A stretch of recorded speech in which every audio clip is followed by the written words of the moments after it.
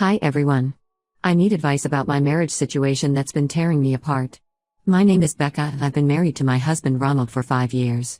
We have a beautiful daughter Emma, 3F, together. When we first met, it was like a fairy tale. Ronald was the most attentive boyfriend I'd ever had. He would surprise me with little gifts, remember all our important dates, and always made time for me no matter how busy work got. Our wedding was perfect. He cried when I walked down the aisle, and his speech made everyone tear up. The first 3 years of our marriage were amazing. Ronald was the kind of husband who would cook dinner when I was tired, give me foot rubs after long days at work, and always made sure to plan special date nights. When I got pregnant with Emma, he went to every single doctor's appointment and even learned how to braid hair because he said he wanted to be ready when our daughter grew up. Everything changed when Ronald's brother Eric died in a car accident 2 years ago. Eric was driving home from work when a drunk driver hit him. Ronald was devastated. They were only 2 years apart and had always been extremely close. They talked every day and had weekly brother nights where they would watch sports or play video games. Eric was also the best uncle to Emma, always bringing her little presents and making her laugh. Eric's wife Lisa was completely broken after his death. She'd moved to our city for Eric and had no family here. She was living in their rented apartment and couldn't afford it on her own. Ronald suggested she move in with us temporarily until she got back on her feet. I agreed because I genuinely felt bad for her.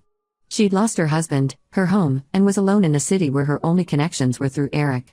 My in-laws John, 65M, and Mary, 62F, praised Ronald for being such a caring brother-in-law and said this is exactly what Eric would have wanted.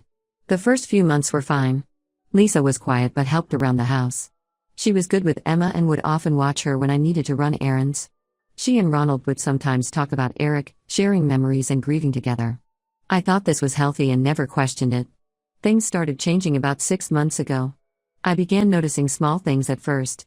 Ronald would rush through dinner with me and Emma to go sit with Lisa in the living room.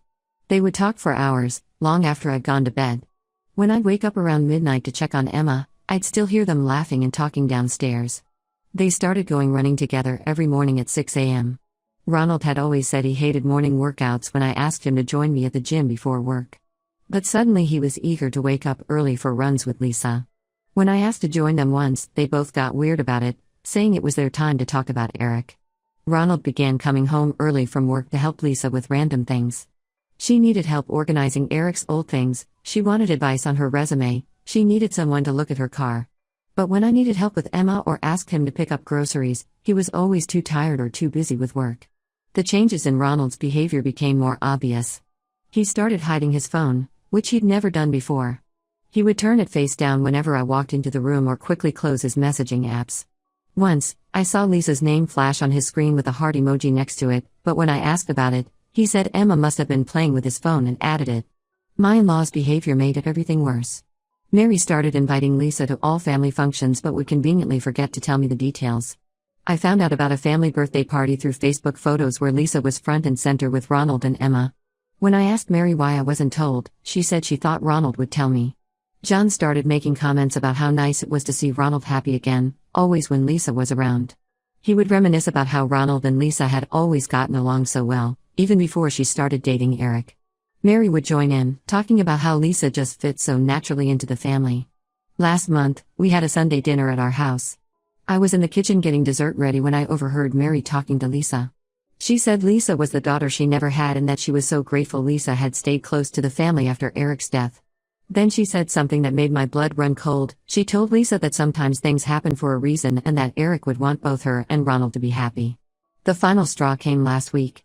Emma had a high fever of 103 degrees Fahrenheit and was crying inconsolably. I called Ronald at work, begging him to come home early to help me take her to the doctor. Our regular pediatrician was booked, and I needed him there to help me figure out which urgent care to take her to. He said he couldn't leave work because of an important client meeting. I managed to get Emma to urgent care on my own, struggling to carry her diaper bag, and find parking while she was burning up with fever. That evening, while scrolling through Instagram trying to distract myself after finally getting Emma to sleep, I saw that Lisa had posted stories from earlier that day. There was Ronald, sitting across from her at their favorite cafe during his supposed important meeting time. They were sharing a piece of cake, and in one clip, he was reaching across to wipe frosting off her cheek. When I confronted Ronald that night, he got defensive immediately. He said Lisa was having a really hard day because it was Eric's birthday, and she needed support. When I asked why he lied about the meeting, he turned it around on me. He said he lied because I'm too sensitive and jealous, and I never understand that Lisa needs him. He actually said I was being selfish for making him choose between helping his dead brother's wife and taking his daughter to the doctor.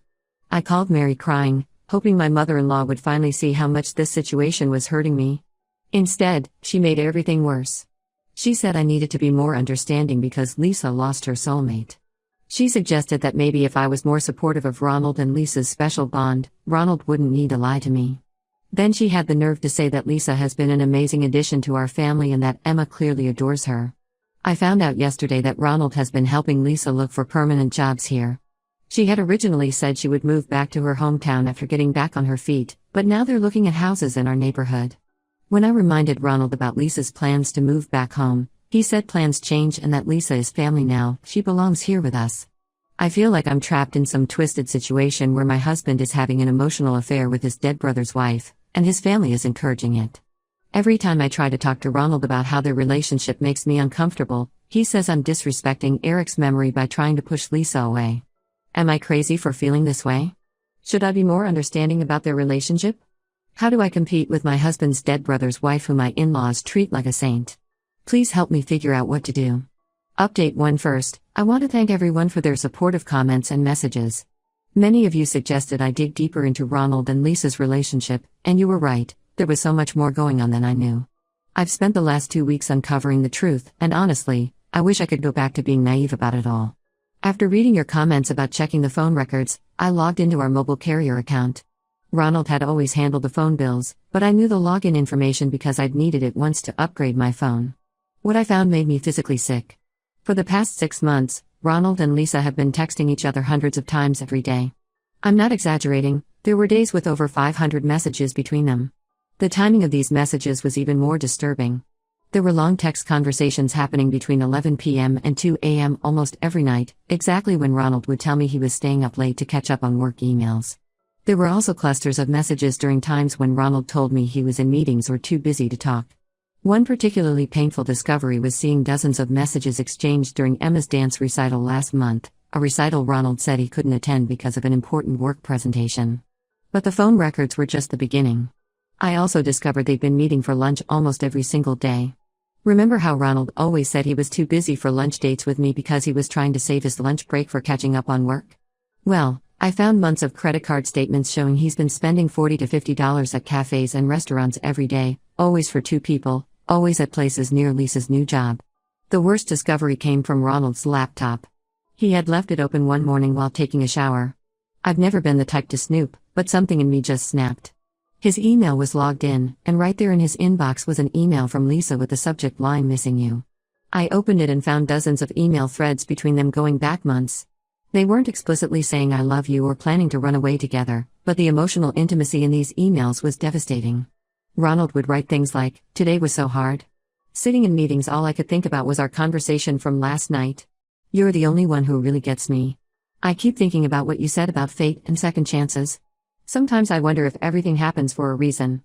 Being with you makes me feel alive again. I haven't felt this way in so long." Lisa's responses were just as inappropriate. "I feel so guilty sometimes, but then I remember how Eric always said you were his best friend and the most caring person he knew. He would want us to support each other. I wish we could spend more time together without having to worry about what others think. You make everything better. Sometimes I look at you with Emma and my heart just melts. You're such an amazing father. I love watching you with her." But the most shocking discovery was hidden in Ronald's archived emails. He and Lisa have been planning weekend trips together, disguising them as visits to Eric's grave in another city.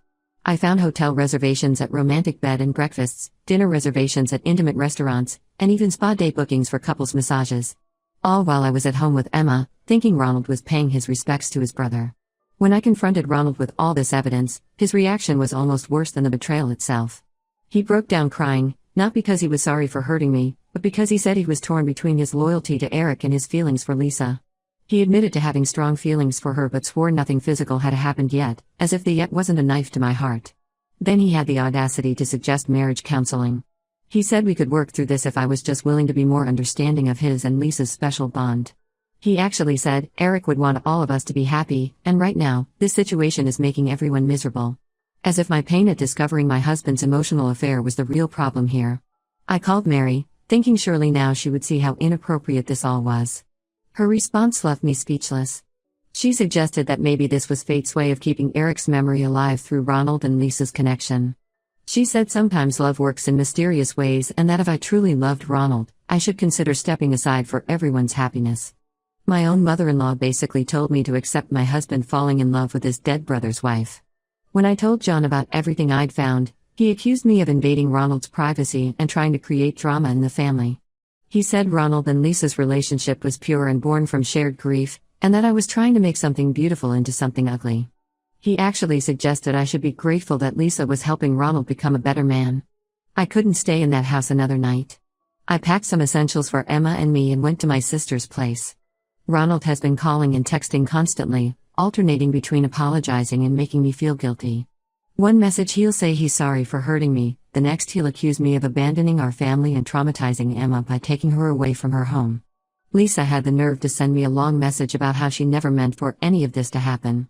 She said she still considers me family and hopes we can all find a way to coexist peacefully. She even suggested we meet for coffee to talk about how to make this situation work for everyone. The delusion is astounding. My in-laws are now telling everyone who will listen that I'm breaking up the family because of my insecurities. They're painting Lisa as this poor grieving widow who found a beautiful connection with her late husband's brother, and me as the jealous wife who's too selfish to let them heal together. I've contacted a divorce lawyer to discuss my options. I don't see how I can stay in this marriage when my husband has basically admitted to falling in love with his sister-in-law and his entire family thinks I should step aside and let it happen. The lawyer advised me to gather all the evidence I found and document everything. She said Ronald's behavior and his family's support of it will be important for the custody arrangements. Right now, I'm just trying to keep it together for Emma. She keeps asking when we're going home and why Daddy and Aunt Lisa aren't here. How do you explain something like this to a 3-year-old? The next steps are terrifying, but I know I can't go back to that house and pretend everything is normal while my husband falls in love with someone else right in front of me. Update 2. I want to thank everyone for their support on my last update. Things have gotten so much worse, and I'm still trying to process everything I've discovered. Just when I thought I knew the full extent of Ronald and Lisa's betrayal, more secrets came to light. My lawyer helped me get access to Ronald's complete financial records as part of the divorce proceedings. What we found was absolutely shocking. Ronald had opened a separate bank account 6 months ago that I knew nothing about. He had been transferring money from our joint savings, money we were supposedly saving for Emma's college fund, into the secret account. The spending from this account was outrageous. In just 6 months, Ronald spent over $15,000 on Lisa. There were charges for expensive jewelry, including a $3,000 necklace bought the day before my birthday. I got a $50 gift card to Target. He paid for weekly spa treatments, shopping sprees at high-end stores, and even a weekend trip to a luxury resort that cost more than our family vacation last year. But it gets worse. Ronald had been paying Lisa's credit card bills, not just helping her out occasionally, but paying them in full every month. When my lawyer questioned this, we discovered that Lisa had actually quit her job 3 months ago. Ronald had been secretly supporting her completely, using our family's money. No wonder he kept telling me we needed to cut back on Emma's activities and saying we couldn't afford to send her to the better preschool I wanted. The most devastating revelation came from Emma's daycare teacher, Ms. Johnson. She pulled me aside during pickup and seemed really uncomfortable.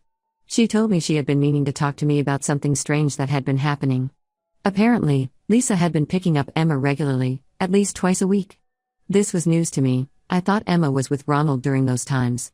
But here's the truly horrifying part. Lisa had been telling the daycare staff that she was Emma's mother.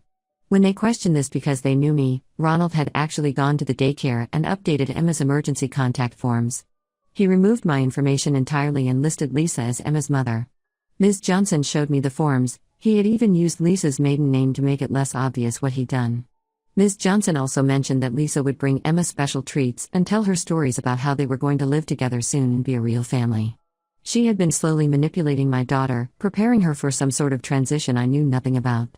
I was still reeling from these discoveries when my realtor friend called me. She had seen Ronald and Lisa at an open house in her neighborhood and thought I should know. When I pressed for more information, she revealed they had already put a $20,000 deposit down on a 4-bedroom house across town. The deposit came from our joint savings account, money we had been saving for years. I confronted Ronald about everything, and his response was unbelievable. Instead of denying it or apologizing, he finally admitted that he and Lisa had been planning their future together for months. He said they were going to tell me after Lisa moved out, claiming they were trying to spare my feelings by waiting. He actually tried to justify removing me as Emma's emergency contact by saying Lisa needed to be able to pick her up for their family bonding time. Then came the most painful revelation of all. I discovered that my in-laws hadn't just been supporting Ronald and Lisa's relationship, they had been actively helping them plan their new life together. Mary had gone house hunting with them multiple times, helping them choose their perfect family home while still telling me I was overreacting to their relationship. John had been advising Ronald on how to move money around without me noticing, and had even helped set up the secret bank account. I found emails between Mary and Lisa discussing furniture for the new house and planning Emma's new bedroom. They were picking out decorations and discussing how to make the transition easier for Emma, all while I was still trying to save my marriage. There were even messages about Lisa wanting to legally change her last name to match Ronald's, with Mary enthusiastically supporting the idea. I filed for divorce and am seeking full custody of Emma. Ronald is trying to paint me as an unstable mother, using the fact that I took Emma to my sister's house as evidence that I'm unpredictable and prone to rash decisions. Lisa has started telling people that she'll be a better mother to Emma because she's more emotionally stable and can provide a complete family unit. My lawyer says Ronald's deception about the emergency contacts and his financial infidelity will work in my favor for the custody battle. She's particularly concerned about how they've been manipulating Emma and preparing her for a new family dynamic without my knowledge or consent. I'm documenting everything now, every text, every email, every bank statement. I've started recording all my interactions with Ronald and Lisa because they keep trying to twist my words and make me seem irrational. I never thought I'd be in this position, fighting to keep my own daughter from being turned against me by my husband and his dead brother's wife. Update 3. Hi everyone. First, thank you all for your incredible support throughout this nightmare. I wanted to give you a final update on everything that's happened. The divorce is moving forward, and things are looking positive for me legally. My lawyer says we have a strong case for full custody given all the evidence of Ronald's deception and manipulation. The judge was particularly concerned about Ronald removing me as Emma's emergency contact and allowing Lisa to impersonate me at the daycare. We also found more evidence that Ronald and Lisa had been planning this for almost a year, including emails where they discussed their future together while I was still trying to fix our marriage. Ronald and Lisa moved into their new house last month, the one they bought with our savings. They're playing happy families now, posting pictures all over social media about their new beginning and second chances at love. Lisa even had the nerve to write a long Facebook post about how sometimes life gives you unexpected gifts and how grateful she is for her new family. She actually used the hashtag blessed. The custody battle has gotten ugly. Ronald is pushing for 50-50 custody, claiming Emma needs both parents and a mother figure in her life. Yes, he actually suggested Lisa could be Emma's mother figure, completely ignoring the fact that I am her mother. They've even started having Emma call Lisa Mommy Lisa during visitation time, which my lawyer says is a form of parental alienation. My in-laws have gotten worse, if that's possible. They're fully supporting Ronald and Lisa's new relationship, telling everyone it's a beautiful story of finding love after tragedy. Mary hosts weekly family dinners at their house during Ronald's visitation time with Emma, making sure Lisa is treated like the new matriarch of the family. She's even started referring to Lisa as her daughter in social media posts, completely erasing my existence. John recently sent me a lengthy email suggesting that for Emma's sake, I should accept this new family dynamic. He said that children adapt better when both parents can be civil, and that I should consider allowing Lisa to be part of Emma's life as a second mother. He actually wrote that having more people to love Emma could only be a good thing. I didn't respond. The most painful part has been watching how this affects Emma. She's confused and acting out. During her last visitation with Ronald, she came home calling me by my first name because that's what Lisa does. When I asked her about it, she said, "Mommy Lisa says that's what I should call you now." I broke down crying after putting her to bed that night. I've been documenting everything, every inappropriate comment, every attempt to alienate Emma from me, every boundary they cross. My lawyer says this will all help our case.